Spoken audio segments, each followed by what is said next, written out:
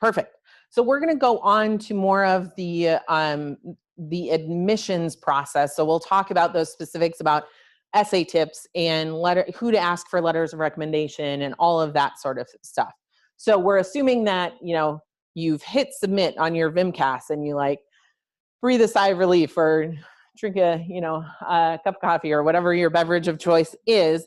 So you've hit submit on both your supplemental application as well as VMCAS, and that that signature page and fee that the supplemental application talks about is sent in. You've sent it in. All of that is due, by the way, on September 17th at 11:59 p.m. Eastern time. So not Central, but Eastern time. The signature page and fee need to be postmarked. So you at least have to drop it in the mail on September 17th. Again, if you submit it early, fantastic. We'll talk about it here in just a second, but if you submit it early, we'll actually start looking at it early as well. So you can see there, so VMCAS is going to get your application. They're going to confirm it. They're actually going to have that copy of the transcripts that you sent in, and they're going to match it with what you typed in. There's an actual person who does it. So they're going to verify that. They're going to make sure that all of your references are in and everything like that. So they're going to verify it. Like I said, they're going to verify that that coursework and the transcripts. And then once VMCAS says, yes, it's all verified, it's all good, they're going to send it to us, or we're going to have access to it, I should say. So that's kind of the process. So it might take a little bit of time by the time you hit submit for it to show up as saying that we have received it. Right? Yes? That's correct. Yep. And again, this is where we need a little bit of time, particularly if you've submitted it close to the deadline. We tell people we have a spot on our supplemental where we say we've received the VMCAS. Well, we look like it was 1,200 applications. The three of us, again, can't work that fast, so don't panic. If VMCAS says they have verified your application, we have it. If it says verified, there's no problem. So give us a little bit of time, just because things really clog up right at that, within a week or so of the deadline. Okay. Okay, so once we have your application, this is what we're going to look at. Kathy and her team are going to review the academic part of your application. So they're looking at the science GPA and the semester when you hit 45 credits, the whole semester. So if you hit 45 credits in the middle of a semester, we're going to take the whole semester. If 45 credits is nice, easy 3 semesters for you, then we're going to take those, those last 3 semesters. So the GRE, though, used to be included in that academic portion. So your academics are now just those GPAs versus the GRE in there as well. It was about 10% of your score, so it wasn't an earth-shattering amount by any means. So then, yes.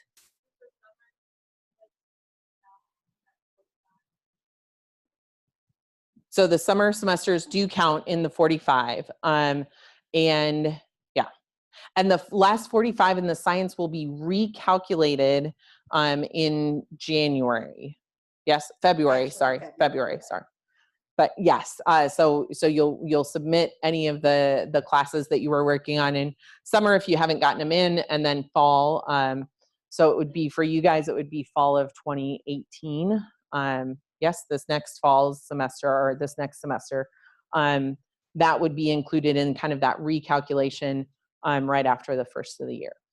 And I don't think we have this in the PowerPoint, but we do not look at the cumulative GPA at all, except it's written in Iowa code that you must have a 2.5 undergraduate cumulative GPA. That's the only thing we look at the cumulative GPA for, is to make sure you have a 2.5. You're not getting into vet school, I'm afraid, with a 2.5 Q, but we don't look at it, so don't worry about it. These are the 2 GPAs that'll be counted towards your application. Yes. Yep. So we'll talk about the committee review. The interviews have been suspended. Yes? Yes. 90% sure. Yeah, we're 90% Yes, sure. yeah. The interview has been suspended. This next fall / spring, so over the course of the next year, what we'll do is we'll reach out to you guys and we'll invite you here for kind of a preview day. So a day when you'll get to meet faculty and students, you'll get to kind of hear from financial aid and our career services and all of that. So you'll kind of have essentially a day where you get to do everything that you would have done in an interview day except for interviewing. So it's a little bit more low stress, and you guys really get to invest your time and energy into getting to know the college versus having to be, prepping for that interview, which is great. We'll also do that if this was like your one time to be at Iowa State within the next year, which I think for the most part you guys are from the Midwest, but if this was your one time to be at Iowa State, we'll also do a lot of that through webinars too. So if you can't make it back for one of those preview days, we'll do kind of web-based stuff as well. Okay. So let's talk about those academics real quick, a little bit more in depth. We kind of did. Any questions about those academics, those GPAs or anything like that? I've got one question here. So if I wanted to calculate my science GPA, would I just include the science prerequisites that you look at, or all of the science courses I've taken? Just the prerequisites. Mm-hmm. It's only our Iowa State's science prerequisites that we use in that calculation. So it'd be Gen Bio, Gen Chem, OChem 1, no longer OChem 2, physics, biochem, and genetics. Anatomy and physiology. Anatomy and physiology. Why do I always forget anatomy and physiology? I don't know. One other thing that I think I'm going to say at this time is that the committee will not see your transcripts. So don't obsess about, I have 2 withdrawals here, something like that. Our office does all the academic calculations. The committee does not see your GPAs, and they will only see composite GPAs. The only time your transcripts may be seen by the committee is if you're brought to the committee for a full committee discussion. That happens to maybe 5 to 7 people a year. So when we've got them looking at, by the time we've pared down eligible people, they're looking at 900 applications. So chances of you getting called for a full committee review are very slim. So they don't want to see your GPAs because probably 10 or more years ago, they found that they really impacted their committee review, either positively or negatively. So if somebody had a 4-point, the committee score was going to be really high, even though they may not have really looked at what they should have been looking for. Same thing if you had, say, a 2.89, they were going to say, this person isn't very good. So they were gauging their committee score almost based on the transcript. So they decided they don't want to see that. They won't even see the composite GPAs until after they've evaluated your application. Great. Any other questions that we've got? Okay. So the other half then of your score is that committee review. So it encompasses all of these things, and we'll kind of go through these things, each one of these separately, and kind of go in depth. But really, they're looking at everything that's not academics that you're putting into the Vim or into VimCast is going to be something that they take a look at. So work experience, unless you've never had a part-time job, I wouldn't leave this blank. Don't discount the summer that you worked at Target or whatever it is that you might think is not veterinary, not related to veterinary school, didn't have to do with animals at all. But at really anything you do, there's going to be that customer service sort of aspect, or that maybe it's a research aspect or something where it's going to give us an idea of, you know, skills like being able to work with people, being able to, you know, show up to work on time, all of that kind of stuff. So please feel free to include, you know, like I said, those customer service sort of things. So if your only paid employment is listed under veterinary or animal experience, it's okay to put a note in there that says, see, you know, veterinary experience. Basically, yes, where it asks for the name of employment, just put in, please see veterinary and animal experience. If it is left blank, you tend to get scored lower on it because they don't bother to go back and see whether your animal and veterinary experience was paid or not. Yes, Yep. ma'am. So do you have to put all your work experience or like how much work?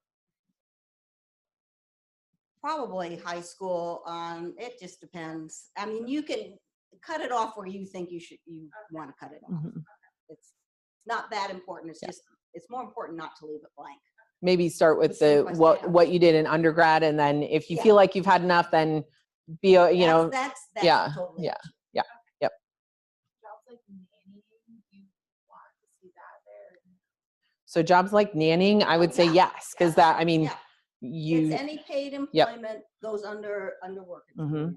You've had that experience, right, of having a boss and having expectations and, you know, having to, you know, sometimes smile and agree with parents if you're like, yeah, you know, your kid's awesome. It's great. We had tons fun, or whatever it is, you know, so you want to be able to show that you've had that kind of working experience. Absolutely.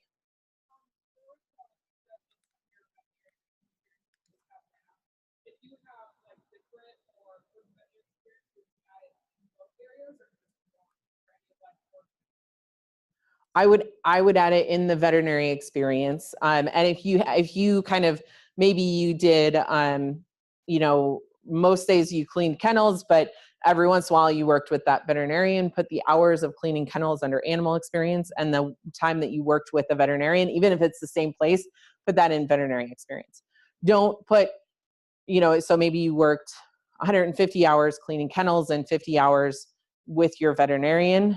So don't put 200 hours of animal experience and 200 hours of veterinary experience, but 150 animal, 50 vet. Does that kind of make sense? I'm going to correct. No, okay, I'm wrong. Okay, that's okay.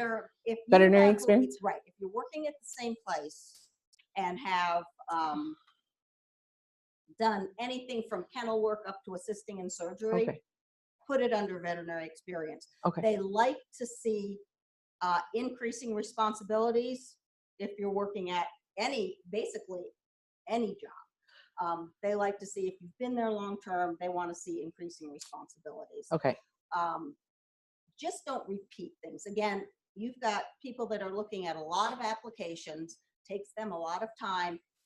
If you keep repeating things, or say you have 3 doctors that work at the same clinic and you've worked with all 3 of them, don't put that clinic down 3 times. Put down one doctor, whoever you feel, if it's the owner or if you feel you work more with somebody, put that person down as a supervisor and explain what you did in the description area.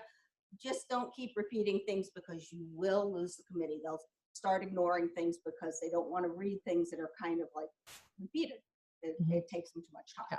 Okay, thank you for correcting me on that. I'm sorry. Okay. No, you should. I have only worked here for 1.5 years. I'm still learning. So that's great. Okay. So this kind of talks a little bit more, since we kind of broached into animal veterinary research experience. This kind of works in there, or that kind of explains a little bit more about it. One of the points Kathy and I were talking about that we really wanted to share with you guys is that, remember that, you know, your veterinary experience is not so you learn how to do spays and neuters, which you're not supposed to do if you're not a veterinarian, and suturing and all of that kind of stuff. It's more about what you're learning about the profession as a whole. And then if you've taken animal science courses and you're out on the farm as part of that course, that does not count as animal experience. I want to make one note about that. Our committee does not, did you make that disclaimer that we are talking for Iowa State? Oh, I didn't. No. Anyway, what we're telling everybody today is for Iowa State's College of Veterinary Medicine. It is not for Minnesota. It is not for Illinois. It's not for Cornell. We do not consider pets or coursework as experiences.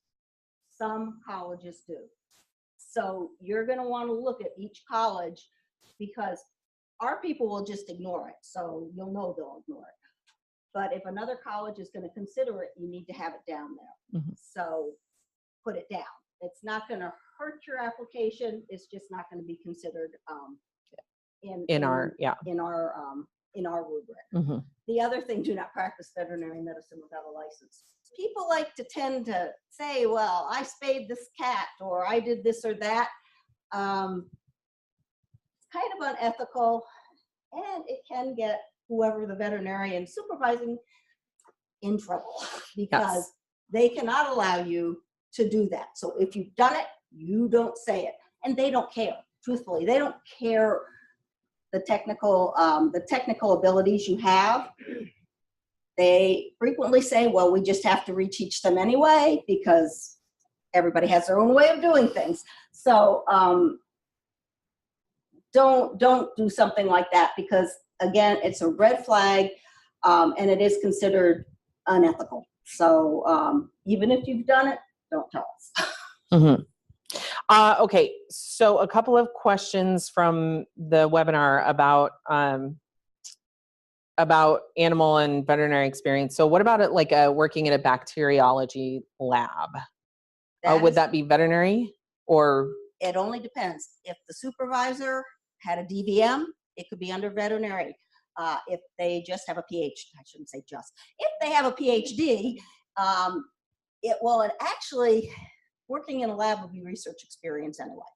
I wasn't thinking about that. So yes, it would be research experience. It wouldn't be animal or veterinary. Okay. And any type of research experience is counted, whether it's animal research experience or not. The whole idea of how to do research is the way they look at research experience. So it doesn't have to be directly animal related. Mm-hmm. Yeah. Owning livestock is considered animal experience, correct? If you actually did something with them, it is considered experience. If you weren't involved, a lot of students grew up on farms. If you had responsibilities, yes, definitely, it is animal experience. If you've shown cattle or horses, whatever, that's all good experience. If you sat at home and were in 4-H for, I don't know, horticulture or agronomy, no, that wouldn't be experience if you didn't work with the animals. You have to have actually worked with them. Yeah. Okay. And then, so we say pet ownership is not considered animal experience, but things more in depth, like fostering, if you're working with like the local shelter and those sorts of things, are correct? Right. If it is a business, if you breed dogs and say, I bred AKC registered Labradors, that is a business, and you sold the puppies. If you train dogs, so some may be your own, if you do it as a business, and that's why livestock comes in that way. Livestock is generally a business. People don't generally have pet cows. I know some that do, but in general, that is a business. So as long as it's considered a business, it's experience. But if you have, I've had a dog since I was 3 years old, no, that's not animal experience. Mm-hmm. Okay, great. Any questions from you guys as far as experience goes? Yes.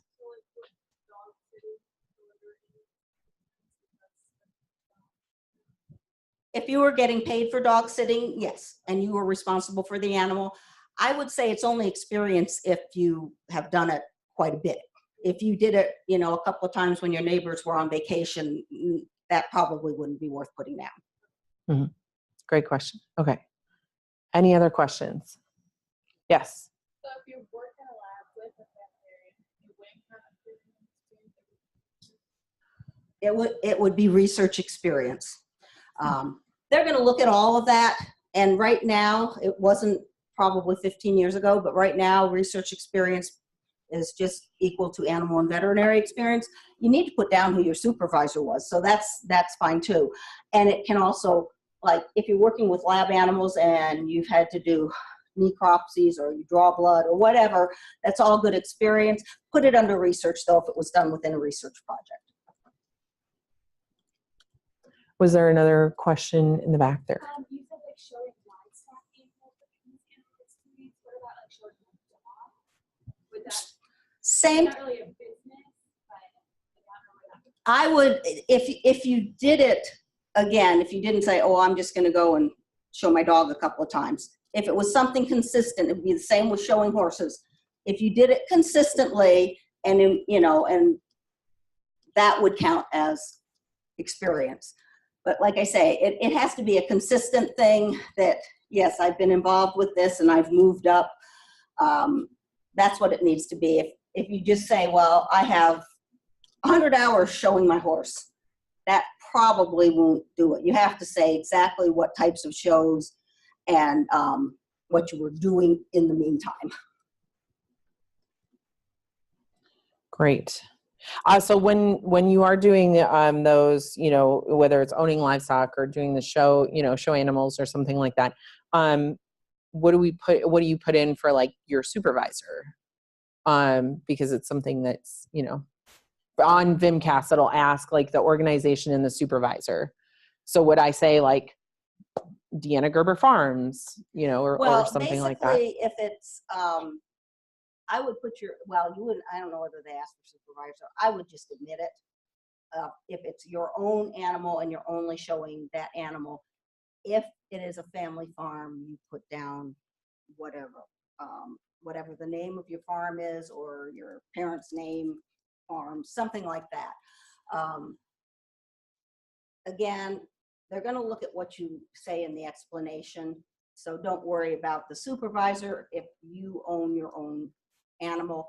But again, it needs to be something that is consistent. It can't be just a once or twice thing to get credit for it. Okay, great questions. Yes. So I'm kind of going off all that. Would you be able to put like athletic events with your dog, like agility or barn Oh, or stuff like that? Or is that exactly. If you train for agility, yeah. But kind of say what it was associated with. I know some people do AKC shows, but it could be 4-H. It needs to be kind of associated with something. It's just not that I decided I'd do this with my dog. Mm-hmm. Yeah, great questions. Any other questions? Okay, we'll move on, and like I said, we'll have time at the end for kind of general questions and answers. So definitely do, especially with things like fostering or raising livestock or whatever it is. Watch your hours and dates. So these are just some of the comments from our admissions committee about the hours that our students put down. So the one, you know, one of the glaring ones, right, is that bottom one that says that they had 204,000 hours of experience. They like to do math. Our admissions committee likes to do math and will do math. So they calculated out that person is 21 years. So they calculated out how many hours they've been alive and realized that it was 20,000 hours more than that student had ever been alive.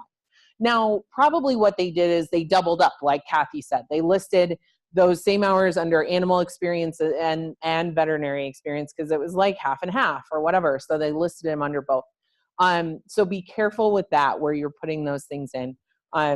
So definitely do, you know, as you're going through, go through and kind of look and say, hey, would this make sense to somebody who's not me? You know, like kind of, or have somebody else, have, you know, a roommate or, you know, a sibling or a parent or somebody look at that, you know, and kind of say, okay, make sure I don't have 204,000 hours of experience, right? So. Yeah, it's really careful because they will do the math, especially if you start putting tens of thousands of hours. They will start calculating. Again, a lot of it is when people put down, I worked for these 3 doctors in 3 places, and I had 10,000 hours of each time, but they only had 10,000 hours once. So be careful that you don't kind of double dip and make it, if you grew up on a farm, don't consider anything you've done at least before you were 13 or 14 years old, because they're looking for people that, I mean, they're looking for experience where you were totally responsible. It's not like if you bottle fed calves. That's not what they're looking for. Yes. Mm-hmm.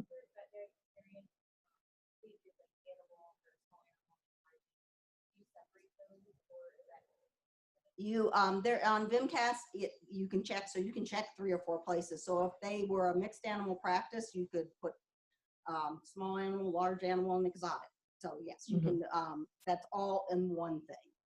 Be as concise as possible. Again, you've got people that are reading hundreds of these, and so the more you can condense things, really the better it is for you. Yeah. Or going through the process, and if we have a question on animal care, veterinary, or research, can we email you? Is that question Absolutely. Yes. Yep.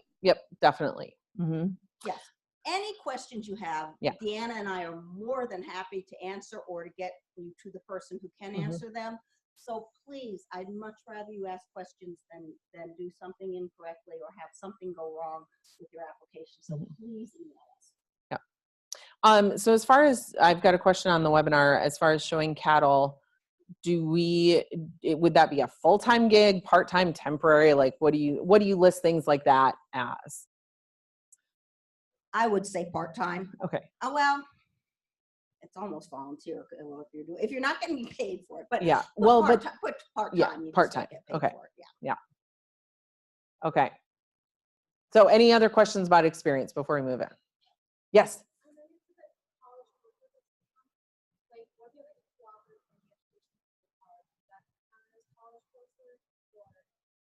No, if you're talking about doing an internship at a clinic or something, that would be experience. It's like if you say, okay, I took an AI class. That's not really animal experience. Or I mean, there's animal judging and all the different classes where you handle different animals. That's not considered as experience. But yes, an internship experience would be considered experience. Yeah. Okay, great question. Okay, so let's go on to the letters of recommendation. So 3 letters of recommendation are required. If we do not have 3 letters, we cannot look at your application. That's why we recommend 4 letters, because then if you request 4, you can have one person who falls off the face of the earth, forgets about the thing, or whose computer crashes when they sat down to do your evaluation at 11:50 on September 17th. So having that buffer is really great. We will read as many letters of recommendation that you submit. Okay, so you can submit 6, we'll read all 6. One is strongly encouraged to be from a veterinarian. When vet school says strongly encouraged, pretty much we mean it's required. We just can't say it's required. Yeah, we can't say it's required because my committee won't let me do that. But essentially it is. They just want to be able to look at somebody that doesn't have a letter from a veterinarian if there is a extremely good reason, like the veterinarian died or something, that they couldn't get a recommendation. Sure, it doesn't happen often, but if you don't have one, it's also a red flag to them. So. And it's better for your references to be well known. So yes, you might have, that veterinarian who's writing you a letter of recommendation, but really you worked pretty closely with the vet tech, right? When they're shadowing or whatever, that vet tech was the one who is really kind of giving you a lot of information and everything. You really got close to them. Great. Ask that vet tech. So it doesn't have to be, we're not looking for the number of letters behind their name necessarily, unless they know you well. So we would much rather have that, Kathy can correct me, but we would much rather have that 4-H leader who you really worked closely with, who knows you really well, than the state senator who you met once through, a FFA day at the Capitol or something like that. They're not going to be able to write as in depth and give us a great picture about, who you are as that, 4-H or FFA leader that you know really well. Yeah, Deanne is absolutely correct. We get letters from senators, but if all it says is, actually college presidents too, is that this is a really good kid, you know, they have a great personality, the letter's worthless if they don't know you. And they're just gonna, I mean, it's just gonna basically be tossed out. So you really need to be careful that we don't care. A senator, president, whatever, even the president of the United States isn't going to make a difference to our committee. They want somebody that they can say, hey, that person has worked with this person. They've known this person for a long time. We feel good about that letter. Yep, absolutely. And as far as, so you probably have spent some time in this is a question from the webinar, and then I'll grab your question. Yeah. So you've probably spent time in, or maybe you spent time in a vet clinic with multiple veterinarians. So you can ask for letters of recommendation from multiple veterinarians in the same practice, but I would caution you about that because they might see you in the same way, right? So we're not getting a broad view of you. We're getting two veterinarians who maybe are sitting down to write the letter together. But if say one of those vets, you know, is the small animal vet in that mixed animal practice, and you spent some time with them, and then you also spent time with the equine vet on calls, and they're in the same practice, absolutely, you know, get both of those because they're going to see you in different, you know, in a different capacity, right? So we want kind of that breadth of information about you versus, you know, yes, the 4 veterinarians that you work with all, you know, are small animal vets in the same practice. Well, they're probably seeing the same side of you. So any other questions about letters? Yes. Yeah. So a girl that goes here that's in a first year, I work really closely with her. Can I ask a current student, since she's in a first year, can I ask her for a letter of recommendation, or is that a no? Makes no difference. No. No. Yeah, that's great. Okay, so a couple of those, I want to kind of give you a couple of examples of that. You know, knowing those recommenders well, and also asking for a good or a great letter of recommendation. So you noticed in my example, and right, I was writing to myself, so maybe it doesn't make sense, but you know, it's like, thank you so much for writing me a great letter of recommendation. Great letters of recommendation often look like this, okay? And I would say, you know, 90%, 95% of the evaluations, the letters that our admissions committee receive look like this because you guys are fantastic and you're hardworking and everything like that. Sometimes though, if you don't know your evaluator well or don't feel like they know you well, some letters end up looking like this. And that's not something you want, right? So if you have an evaluator who says, yeah, I guess I could write you a letter, maybe not. So that's why it's okay to say, can you write me a great letter? Here's why I'm excited about that school. Because our admissions committee will see that too. So, okay. So any questions about that? Sorry, that's like heavy, but it's good to know that, you know what, sometimes students, you know, think like, oh, I'll ask my instructor. Well, they, you know, maybe don't know you as well as somebody else might. So I'm not sure who these are coming from as far as if they were veterinarians or instructors or anything like that, but they were both veterinarians. They were both veterinarians. Okay, great. But we get probably 2 or 3 of these a year. It's not great, but just make sure you know who you're asking. Right. Yep. So, okay. Any questions about letters before we move on? Okay. So we'll also look at community service, leadership, and honors.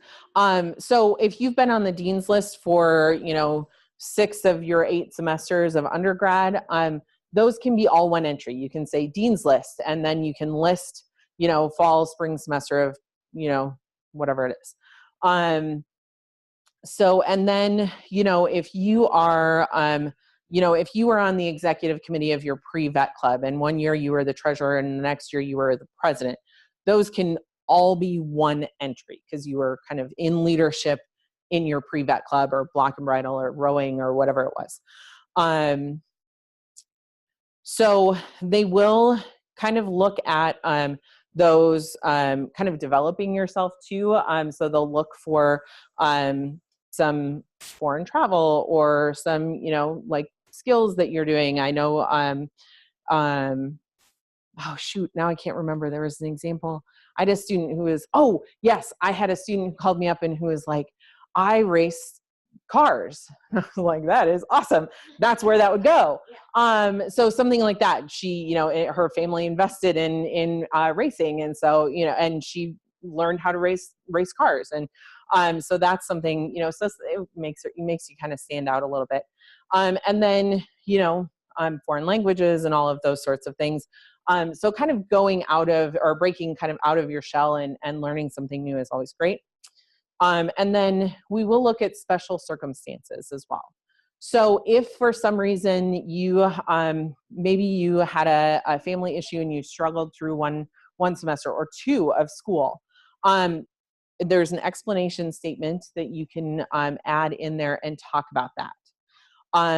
You can talk about how you know, it's really a way to kind of explain your special case to somebody, you know, so maybe you switched from, you know, we talked to a student who switched from medical school. She's in her first year of medical school and now wants to be a veterinarian. So explaining that switch a little bit. You know, maybe you're going into your second career and, you know, want to kind of talk about that. So that kind of explains your situation. Yeah. Does that pretty okay. much covers it. The one thing, again for just Iowa State, because I don't know other schools, is that if you feel there's a reason to bring attention to poor grades, then do it. If you don't, our committee won't know that. So, I mean, it's totally up to you what you want to put down in this explanation statement, but our committee is not going to see your transcript. So I hate to see somebody say, well, you will note in my second semester of school, you know, my grades went down because of whatever. They're not going to see that. So to me, special circumstances also is someplace you can put down something you've overcome. And it may be that you had a learning disability and you were diagnosed, say, halfway through college. Something like that is probably important. But you also need to say how you overcame those special circumstances. Absolutely. Yes. Right. You could say, you know, like, hey, I, you know, hit this roadblock and here's how I overcame it. Yeah. Without saying like, and that's why my, you know, grades took a dive or whatever. So, so yes, great. Another question we got was about collegiate sports. That would go, you know, kind of in that, that would go under that kind of developing high skills too. So, yeah, there's extracurricular, so those sports and everything. So, because extracurricular can be that you're on a martial arts team that has absolutely nothing to do with an academic institution. So, extracurricular can include any of those personal development things. Absolutely. Okay, great. Yes.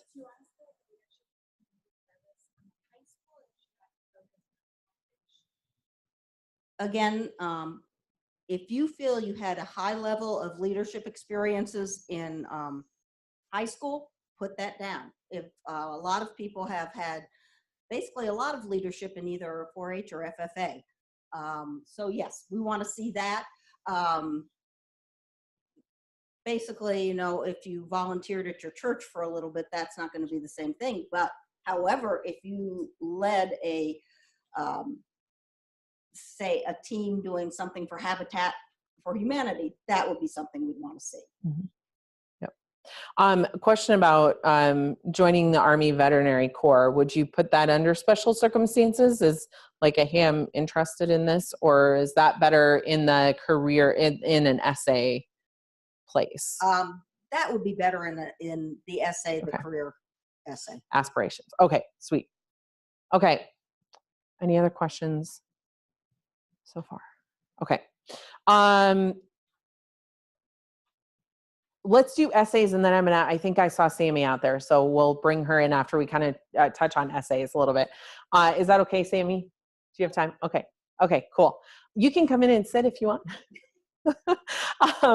So there's, right, we kind of talked about that there's 3 VMCAS essays, and then there's that additional Iowa State question. So let's talk about the VMCAS essays really quickly.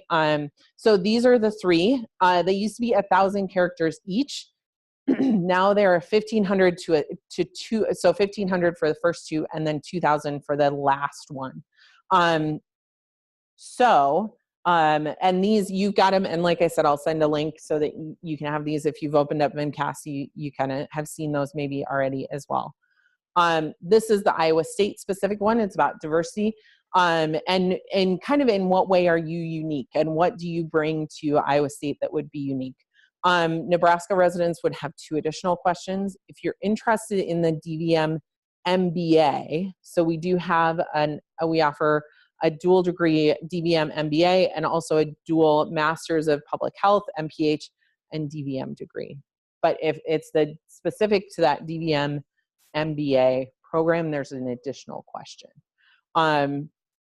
They do a really great job of talking about dual degrees once you enter vet school as well. So this, you don't have to figure out if you're going to do, a master's in, what is your master's in? Vet micro. Okay. Yes. So something like that, you don't have to know that like when you hit submit on the VMCAS, but you do need to know about that MBA to answer that question. So a few tips about the essay. So this is approximately, it's actually 1,524 characters. So if you took off this last sentence, it would be probably about the right amount of characters. So this is 1,500 characters. This is how much time you have to, or how much space you have to answer those questions. 1,500 characters is kind of limiting, right? It causes you to think critically, to write in a concise manner, and get your point across in a little amount of space. I would definitely recommend writing it in Word and copying and pasting it over, just so then you can edit and everything like that, and do spell check and everything before you put it in here. Be careful when you copy and paste, because this gal, if she copied and pasted this into our VMCAS system, the last 24 characters wouldn't show up. So it doesn't like turn red and say, you're over. It just doesn't put in that last sentence or 2, or maybe it's the last paragraph. So be careful about when you copy and paste, read everything. So, proofread, like I just said, proofread. We were at the University of Nebraska seminar, and they had a really good point about who should proofread. One person should be a grammar expert. So like my sister is an English teacher. Her last name is Miller, and I guess they used to call her the military, which I think is really funny. But she was the grammar person. Like I have her proofread all of my stuff. And then somebody who knows you well, who can say, why didn't you talk about how you used to, volunteer working at that shelter, and, you helped out all of those families? There's nothing about that in there, somebody who can kind of pull out some of that stuff, or say, you're really selling yourself short here, or are you sure you want to add in, whatever. You can take that advice and use it or not use it, but at least you kind of know, you've got somebody who knows you well who's reading that too. So somebody for content, but also somebody who can look at that grammar and make sure it's okay. It's always really great if you know the difference between veterinary and veterinary, because they're 2 different words, and our admissions committee does not like that when they're mixed up. Yes, please use them correctly. So use examples, be professional, and really take it as not necessarily like, we all love animals. I love animals, and Kathy loves animals. We have a lot of people who kind of fall into that. I have always loved animals is how they start out their essay. That's awesome. I love animals. I get to go and be our dog sit later on today for my sister's dog. I am not qualified to be a veterinarian. I am not called to be a veterinarian. I would not be able to do a spay and neuter on Jessie. I would not, no. Or a spay because she's a girl, but I can't do both. See, not a veterinarian. But talk about why you want to be a veterinarian versus why you want to work with animals, right? Because veterinary medicine has a whole heck of a lot more to do with a lot of different animals and people and stakeholders, if you will, than just working with animals. Okay. Just to add a couple of things. I always tell people when you answer these questions, think as if you're answering them for human medical school. This is a professional program, and you need to act like your essays have to say, yes, this is a professional program. I am interested not only in animals, but in medicine. Things like that. Please never say, I have always loved animals. Don't say anything about loving animals or I have a passion for animals, because nobody ever starts an essay for human medicine saying, I have always loved people, or I have a passion for people. So you have to look at it from that standpoint. This is a professional school. Also answer the questions. Last year was the first year for these questions, and people still wanted to write personal statements. So they kind of get off the question and start talking about their experiences and things like that. So make sure, again, when you have somebody review it, make sure you're answering what that question asks, not just trying to put down everything you've done into an essay. That is really important. And I noticed that this year, again, because there was no personal statement. People wanted to put what they would have put in a personal statement and weave it into these essays. And sometimes that just doesn't work. So go back to that like 3-paragraph format that you learned in high school, or in, maybe it was freshman year of college, answer the question and intro, your first paragraph, add detail, your second paragraph, and then summarize. So it's okay to say, let's see, for this one, what are your future career goals and why? My future career goal is to be in the Army Veterinary Corps because blah, blah, blah, blah, blah. Okay. So it seems a little juvenile, but that will help you get, past that, like telling a story versus answering the question. So, one other thing on that, just because we get a lot of people that do that. Oh yeah. The career choices. Don't tell everybody, I want to make veterinary medicine or veterinary medical care accessible to the homeless. I want to, I'm going to have low-cost spay neuters and, provide this care for homeless people or for people that can't afford it, because you can't. For the most part, none of you are going to come out with millions of dollars in order to provide for that. If you're working for a clinic, you're not going to say, because somebody brought this dog in and they can't afford to help it, you can't say, I'm going to take that dog and I'm going to take care of it instead of euthanize it, because you're not going to have the money to do that for everybody.